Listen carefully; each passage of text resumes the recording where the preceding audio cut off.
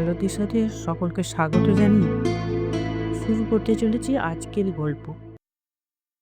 অতীন বন্দ্যোপাধ্যায়ের লেখা ছোট গল্প এ হলো। সম্প্রতি মার কিছু চিঠি আমাকে ভারী অস্বস্তিতে ফেলে দিয়েছে। চিঠিতে আর আগের মতো অনিয়মিত টাকা পাঠানোর অভিযোগ থাকে না।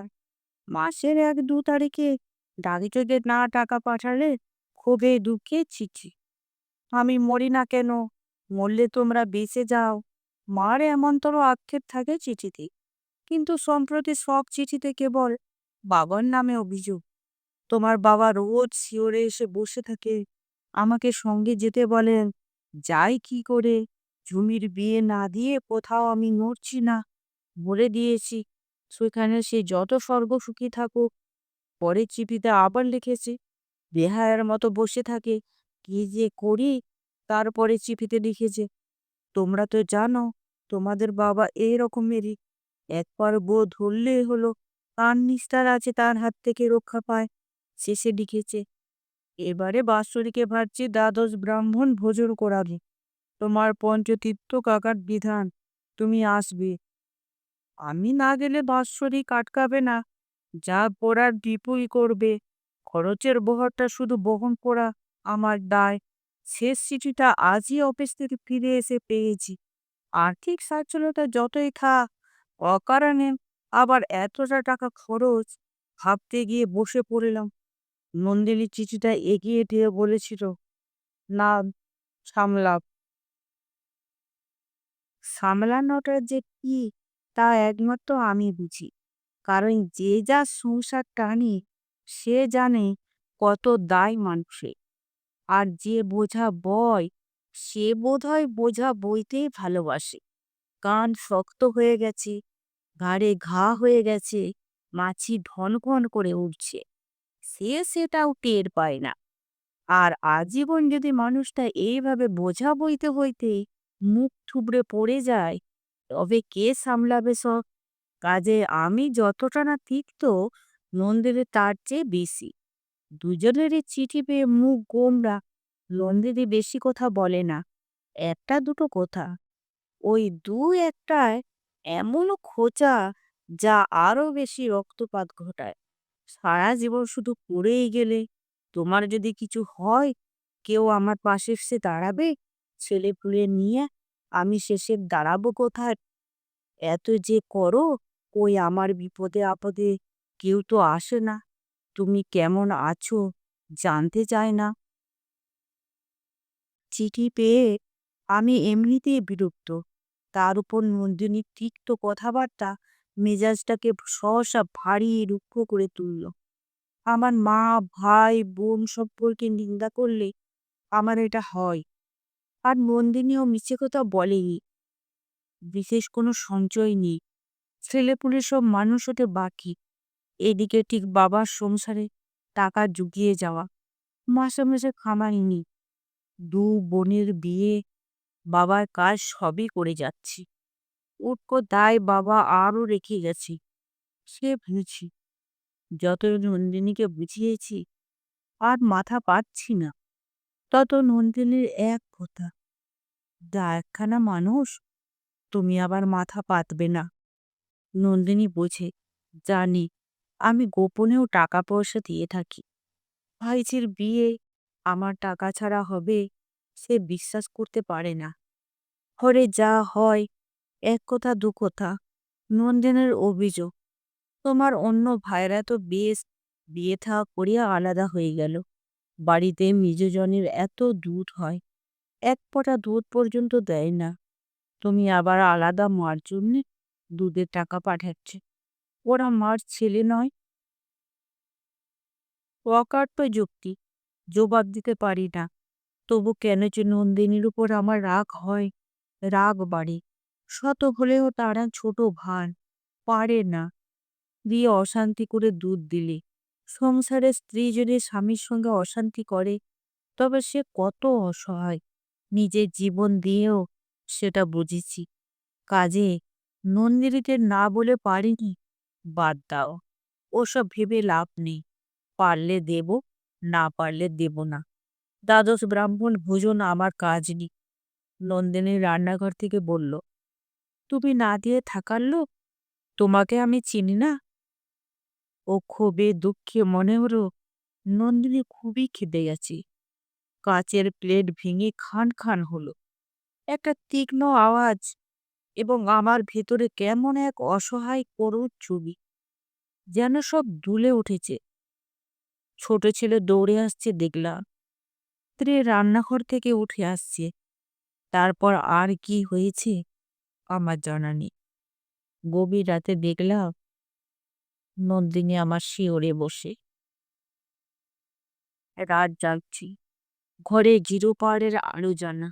মন্দিবির চোখে জলের দাগ এখনো ভালো করে শুকোয়নি।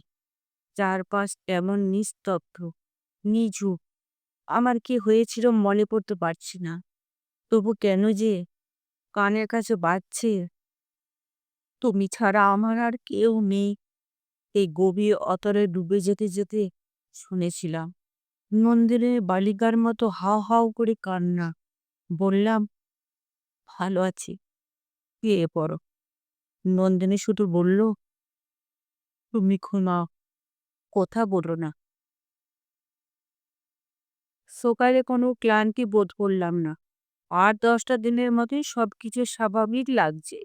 ডাক্তার এলেন, বললেন খুব যে লো প্রেসার বাঁধিয়ে বসে আছে, ভালো করে খাওয়া দাওয়া করুন, ইসিজিটা করা দরকার, এরপর যা হবার হয়ে যাবে। শরীরে যাবতীয় পরীক্ষা। লো ব্লাড প্রেসার ছাড়া সবকিছুই স্বাভাবিক। কেন যে এমন হলো ভাবতে বিস্ময় লাগছে। আরো বিস্ময়, ৩-৪ দিন যেতে না যেতে দেশ থেকে দেখি ভাই, বোন এবং মা সবাই হাজির। নন্দিনীর কাজ, নন্দিনী একা ভরসা পাচ্ছে না। বুঝতে পারলাম সে খুবই ঘাবড়ে গেছে। সে তার বাপের বাড়ি আত্মীয় স্বজনদেরও হঠাৎ মাথা ঘুরে পড়ে গেছি খবরটা ঠিক পৌঁছে দিয়েছে। ফলে বাড়িতে লোক সমাগম একটু বেগ। মা এসে আমার হাত দুটো ধরে বলল, বাবা, তুই আমার আগে চলে যাস না, কথা দে। হেসে বললাম, তোমরা যে এত ঘাবড়ে গেলে কেন বুঝি না। মার আবার কুমড়ো, মাথার কাজটা আর তোর বেশি করতে হবে না, সংসারটা যেভাবে চলছে চলবে। একতলা দোতলা মিলে বাড়িতে অনেকগুলি ঘর। আমরা বাড়িতে ৪টি প্রাণী, আমি, নন্দিনী, ছবি, বকুল আর কাজের লোক মহানন্দ। ঘরগুলো ফাঁকাই পড়ে থাকে। শোবার আশায় সহসা বাড়িটা যেন আবার জেগে উঠেছে। ভালো বাজার, রকমারি রান্না এবং সবাই একসঙ্গে মেঝেতে বসে খাওয়া। কত রকমের কত কথা তখন ভাই বোনদের। কতদিন পর আমরা আবার এক বাড়িতে, একসঙ্গে। কতদিন পর আসন পেতে বসা, খাওয়া, গল্প। জীবনটা তো এভাবেই আমাদের আরম্ভ হয়েছিল। সবাই আমরা আছি, কেবল বাবা নেই। সবাই আমরা ছড়িয়ে পড়েছি, কেবল বাবা নেই। মহানন্দ আমাদের পরিবেশন করছে। আমরা ভাইয়ের এক পাশে, ও পাশে ২ বোন। আমার ২ ছেলে কাকাদের সঙ্গে খেতে বসেছে। মা একটু আলাদা হয়ে আছে, সাদা পাথরের থালায় তার ভাত। নিরামিষ রান্না নিজে করেছে, সোবনাকে ছাড়া খায় না। বয়স তাকে কাবু করতে পারেনি। সাদা কদম ঝাড় চুল, সাদা থার। ৭০ বছরটা তার কাছে কোনো বয়স নয়। মার কথাবার্তা শুনে এমনই মনে হয়। আমি কথাটা তুললাম, বললাম, বাবা কি তোমার শিয়রে রোজই এসে বসে থাকে? মা ঢকঢক করে বটিতে আলগা করে জল খাচ্ছির। বলল, রোজ না, মাঝে মাঝে আসে। তুমি বাবাকে কয় পাও দেখছি? আগে তো পেতে না। বাবা তো সব কথাই বলতো। তোর মা কি বলে দেয়, তুমি বললে আমাদের সব হয়ে যেত। মা কেমন বিশ্বাসের কোলে বলল, হয় এখনো পায়। তোমাদের বাবা যা একখানা মানুষ ছিল, দেশ থেকে এসে তো তৃণটুকু নেড়ে দেখলো না। আমার জন্য কিছু রেখে গেলে বউদের এত মুখ নাড়া খাট। নন্দিনী মুখটা কেমন গম্ভীর হয়ে গেল। নন্দিনী বলল, মা, আমরা তো সাধ্যমতো করি। মা বলল, তোমাকে বলিনি বৌমা, তোমরা করছো বলেই তো বেঁচে বটে আছি। মার এসব কথা আমার ভালো লাগছিল না, কারণ মাকে আমি জানি, বড় জেদি আমার মা, এবং সরল। ছোট ভাইরা পাশে বসে খাচ্ছি, মার এই অভিযোগে ওরা রুষ্ট হতে পারে। এমন সুন্দর জীবন্ত মানুষের বড় একটা আসে না। কোথা ফেরাবার জন্য বললাম, ভয় পাই বলেই বোধহয় রোজ আসতে সাহস পাই না। পিলু বলল, জানিস দাদা, বাবাকে আমিও মাঝে মাঝে স্বপ্নে দেখি। কেবল বলে, এই পিলু, দরজা খোল, আমি তোর বাবা। দরজা খুলে দেখি বাবার মাথায় একটা বড় বোঁচকা। ওটা কেবল তার মাথা থেকে নামাতে বলে। তা বাবা বোঁচকাটা নামাতে বলতেই পারে। দেশ ছেড়ে আসার পর আমাদের ঘর বাড়ি ছিল না। এখানে সেখানে যাযাবরের মতো দিন কেটে গেছে। কখনো বাবা সবাইকে নিয়ে আত্মীয়ের বাড়ি উঠে বলতে, চলে এলাম। তোরও ধন বৌদিকে বললা, মানু যখন আছে একটা হিলড়ে হয়ে যাবে। কিন্তু মা দুয়ের পরে আর থাকতে চাইতো না। বুঝতে পারতাম বাবা নির্বুদ্ধিতার শিকার হতে রাজি না। তারপর ফের কোনো মন্দিরের পুরোহিত কিংবা কোনো স্টেশনে ফেলে আমাদের বাবা উধাও। এখন বুঝতে পারি বাবা ভয়ে উধাও হয়ে যেতেন। সামনে থেকে সন্তান সন্ততি অন্নক্লিষ্ট মুখ দেখবার কষ্ট সহ্য করতে পারতেন না। তখন পিলুর কাজ ছিল বাবাকে খুঁজে বেড়ানো। ৫-৭ দিন পর বাবা ফিরতেন, কোথাও শ্রাদ্ধ অথবা শান্তি সস্তার করে বড় বোচকায় আতপ চাল, ডাল, তামার পয়সা, প্রণামীর কাপড় নিয়ে ফিরলে পিলুই সবার আগে ছুটে যেত। বাবা আসছে, আমাদের বাবা আসছে। দৌড়ে পিলু বাবার বোচকাটা নিজে মাথায় নেবার জন্য পিড়াপিড়ি করত। দাও না বাবা, আমি ঠিক পারবো। কাজে পিলু এমন একটা স্বপ্ন দেখতেই পারে। মহানন্দাকে বললা, পিলুকে আরো ২ টুকরো মাছ বেশি দাও। পিলু বলল, না না, আর পারবো না, আমাকে দাও না। মায়া বলল, জানিস দাদা, বাবা মাঝে মাঝে আমাকে স্বপ্নে দেখায়। আমি মুখ তুলে তাকালাম। মায়া একটু বেশি ঝাল খেয়ে হোঁশাস করছিল। হাত চাটতে চাটতে বলল, কেবল বলে সাজিটা ধর। ঠিক বুঝতে না পেরে বললাম, কিসের সাজি? আরে ফুলের সাজি। বাবা সকালবেলায় স্নান টান সেরে এসে পুজোর ফুল তুলতেন না, তখন আমাদের ঘর বাড়ি হয়ে গেছে। মাত্র একটা পঞ্জিকা সম্বল করে বাবা ঘর বাড়ি গড়ে তুলেছিলেন।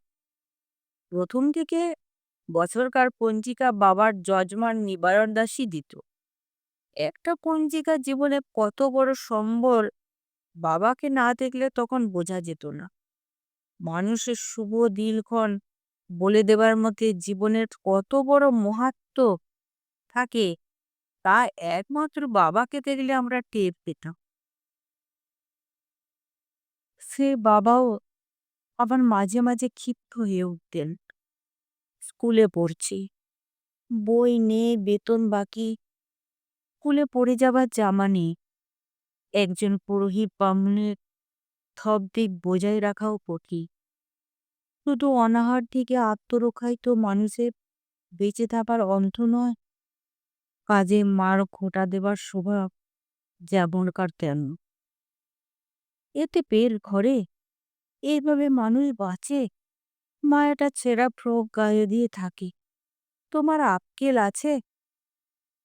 বাবার তখন একটি বাক্য, চণ্ডীপাঠ শুরু হয়েছে, আমি চললাম। আমরা ভাই বোনেরা মিলে বাবাকে ঠান্ডা করতাম। আমাকে দেখলে বাবা খরচা পেতেন। আর কটা দিন সবুর করতে, তোমার কি মাথা কাটা যাচ্ছে?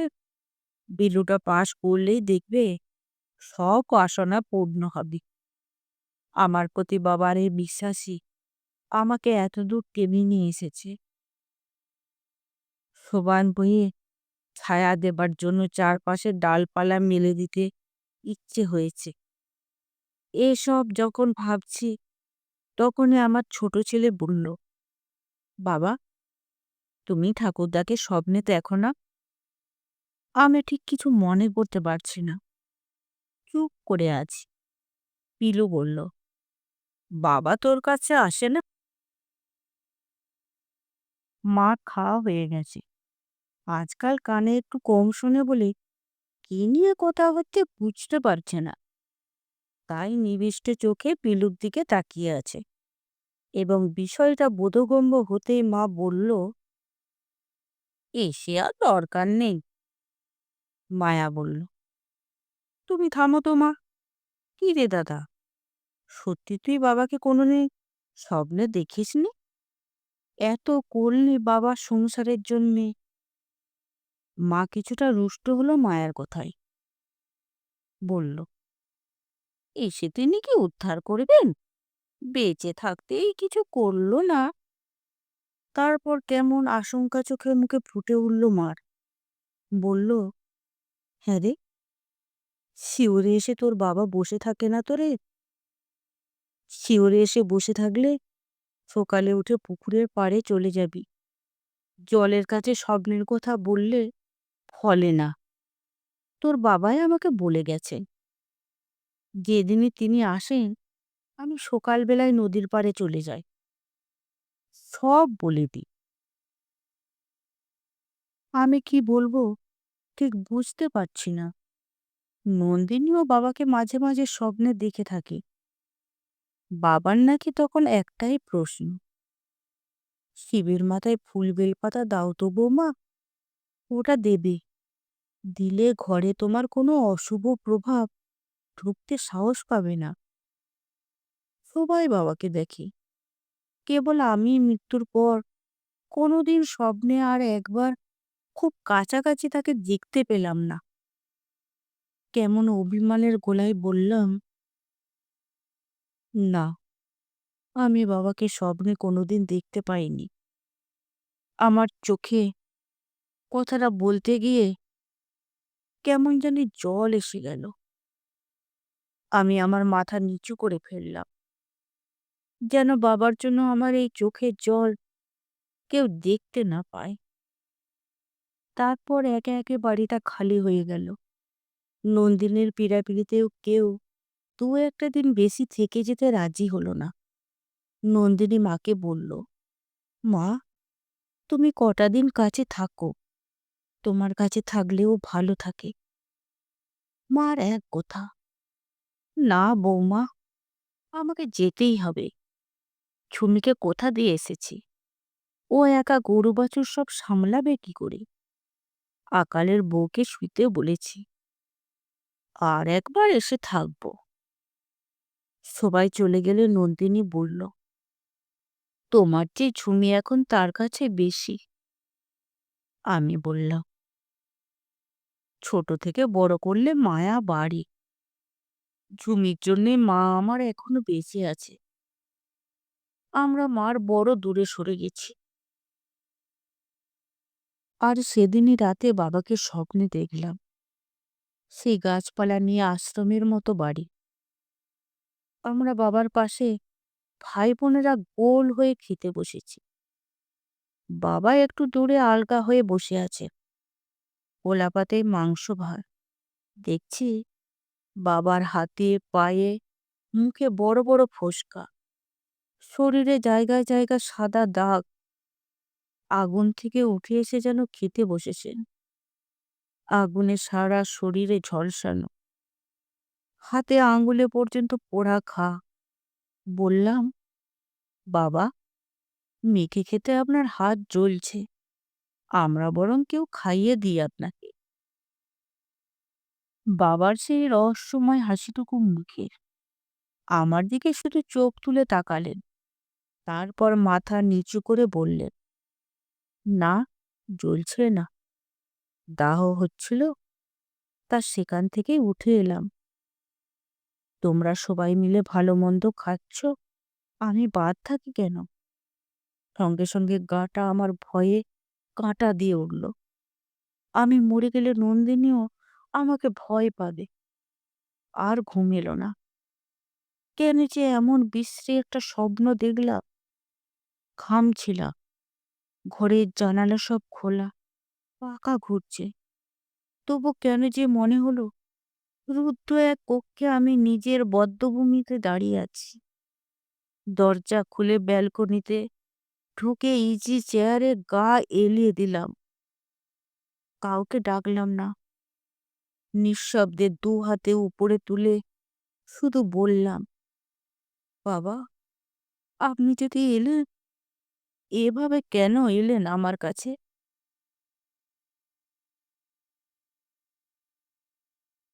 তারপর ডাকলাম, নন্দিনী, ছবি, বকুল। ওরা গভীর ঘুমে আচ্ছন্ন, কোনো সাড়া নেই। অনেক দূরে একটা রেল ইঞ্জিনের শুধু টংলিং টংলিং শব্দ শুনতে পেলাম। সামনে শুধু আকাশ আর তার অজস্র নক্ষত্রমালা। নিচে মানুষের ঘর বাড়ি, মাঠ, শস্যক্ষেত্র।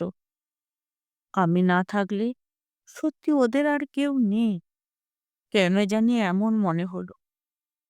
আমার কেন জানি নিজের জন্য, ঘর বাড়ির জন্য, নন্দিনী ছবি, বকুলের জন্য আরো মায়া বেড়ে গেল। তাড়াতাড়ি ঘরে ঢুকে নন্দিনীর পাশে মুখ গুজে শুয়ে পড়লাম। আমি মরে গেলে নন্দিনী আমাকে ভয় পাবে মনে থাকলো না। এরা আছে বলেই আমি বেঁচে আছি, বেঁচে থাকবো। এতক্ষণ যে গল্পটি পড়ে শোনালাম, সেটি অতীন বন্দ্যোপাধ্যায়ের লেখা হলো। এই গল্পটি যদি আপনাদের ভালো লেগে থাকে, তাহলে অবশ্যই লাইক, কমেন্ট, শেয়ার এবং যারা এখনো সাবস্ক্রাইব করে দেননি, তারা অবশ্যই একটি সাবস্ক্রাইব করে দেবেন।